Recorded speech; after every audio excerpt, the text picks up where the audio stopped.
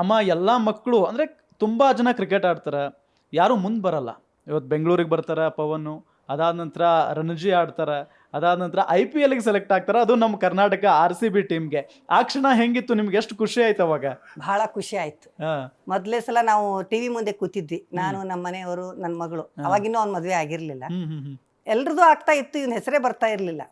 ಇನ್ನೇನು ಒಂದ್ ಸೆಕೆಂಡ್ ಎದ್ದು ನಾವು ಒಳಗಡೆ ಹೋಗ್ಬೇಕು, ಆಫ್ ಮಾಡಿ ಅನ್ನೋ ಅಷ್ಟೊತ್ತಿಗೆ ಅವ್ನ ಹೆಸರು ಬಂತು. ನನ್ನ ಮಗಳಮ್ಮ ವೇಟ್ ಮಾಡು ಬರ್ತಾ ಇದೆ ಅಣ್ಣನ ಹೆಸರು ಅಂದ್ಲು. ಆಮೇಲೆ ಅವರು ಬಿಡ್ ಮಾಡಿದ್ರು, RCB ಅವರು. ಇಷ್ಟು ಸಂತೋಷ ಆಯ್ತಲ್ಲ, ಇಷ್ಟು ವರ್ಷ ಕಷ್ಟಪಟ್ಟದ್ದಕ್ಕೆ ಅವನಿಗೊಂದು ಫಲ ಸಿಕ್ತು ಅಂತ. ಯಾಕಂದ್ರೆ ಪ್ರತಿ ಸಲನೂ ಅವನು ಬಹಳ ಸ್ಟ್ರಗಲ್ ಮಾಡ್ತಿದ್ದ. ರಣಜಿ ಒಳಗೆ ಎಂಟರ್ ಆಗೋದು ಅಂದ್ರೆ ಅಷ್ಟು ಸುಲಭ ಇರಲಿಲ್ಲ, ಬಹಳ ಕಷ್ಟಪಟ್ಟಿದ್ದ. ಅವ್ನ ಪರ್ಫಾರ್ಮೆನ್ಸ್ ಇರ್ತಿತ್ತು, ಬಟ್ ಯಾವ ಕಾರಣಕ್ಕೆ ಅವ್ನು ಸೆಲೆಕ್ಟ್ ಆಗ್ತಿರ್ಲಿಲ್ಲೋ, ಅಲ್ಲಿ ಏನ್ ಸಿಚುವೇಶನ್ ಇತ್ತು ಗೊತ್ತಾಗ್ತಿರ್ಲಿಲ್ಲ ನಮ್ಗೆ. ಆದ್ರೆ ಆ ಮೂಮೆಂಟ್ ಏನಿದೆಯಲ್ಲ, IPL ಅನ್ನೋದು ಬಹಳ ದೊಡ್ಡದು ಒಂದು ಪ್ಲಾಟ್ಫಾರ್ಮ್. ಅಲ್ಲಿ ಅವನಿಗೆ ಅವಕಾಶ ಸಿಕ್ತಲ್ಲ, ಅದಕ್ಕಿಂತ ಭಾಗ್ಯ ಏನು ಇಲ್ಲ ಅಂತ ಅನಿಸ್ಬಿಡ್ತು ನಮಗೆ.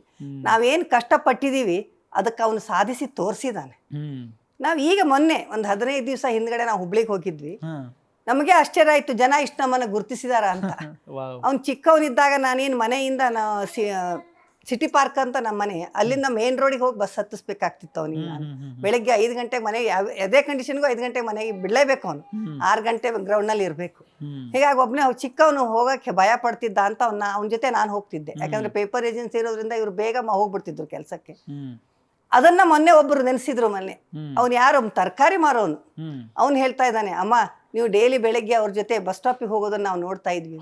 ಆ ಮಾತಿಗೆ 15-16 ವರ್ಷ ಆಗೋಯ್ತಾನೆ, 20 ವರ್ಷ ಹತ್ರ ಬಂತೋ ಗೊತ್ತಿಲ್ಲ. ಆದ್ರೆ ಇನ್ನೂ ಆ ಜನ ಅದನ್ನ ನೆನಪಿಟ್ಕೊಂಡಿದಾರಲ್ಲ ಅಂತ ನನಗೊಂಥರ ಆನಂದ ಆಯ್ತು. ನಮ್ಮ ಮನೆಯವ್ರಿಗೆ ಹೇಳ್ದೆ, ನಾವು ಏನೋ ಆಸ್ತಿ ಗಳಿಸಿಲ್ಲ, ಇದನ್ನ ಗಳಿಸಿದೀವಿ. ನಿಜ ನಿಜ. ಗ್ಯಾರಂಟಿ ನ್ಯೂಸ್, ಸುದ್ದಿ ಖಚಿತ, ನ್ಯಾಯ ನಿಶ್ಚಿತ.